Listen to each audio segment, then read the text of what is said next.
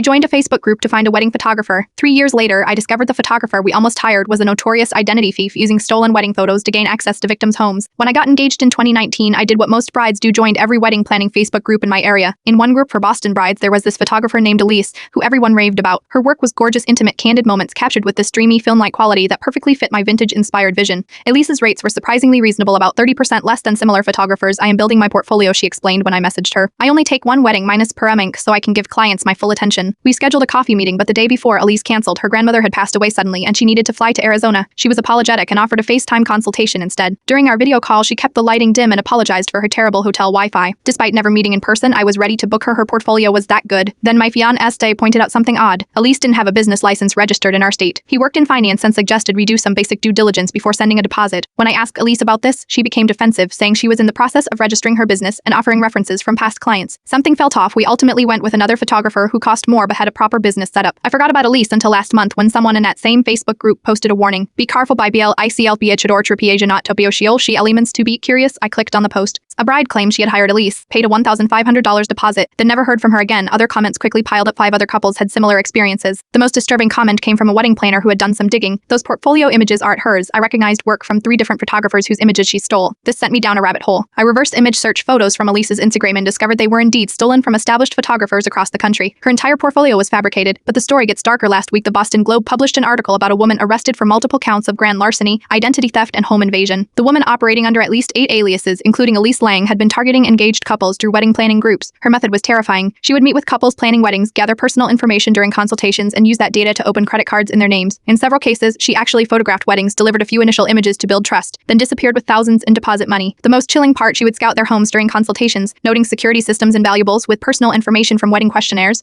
which often include details about honeymoon dates. She would burglarize homes while couples were away getting married or on their honeymoons. Police found evidence connecting her to at least 22 burglaries across New England, with estimated stolen property exceeding $1.4 million. Looking back at our FaceTime call, I now realized why the lighting was so dim and the camera angle so awkward. She was hiding her identity. The woman in police custody looks nothing like the person I spoke with. The only reason we didn't become victims was my fiancé's random suggestion to check for a business license. That small moment of skepticism potentially saved us from returning from our honeymoon to an empty house and stolen identities. I've never been so grateful for a canceled coffee meeting in my life.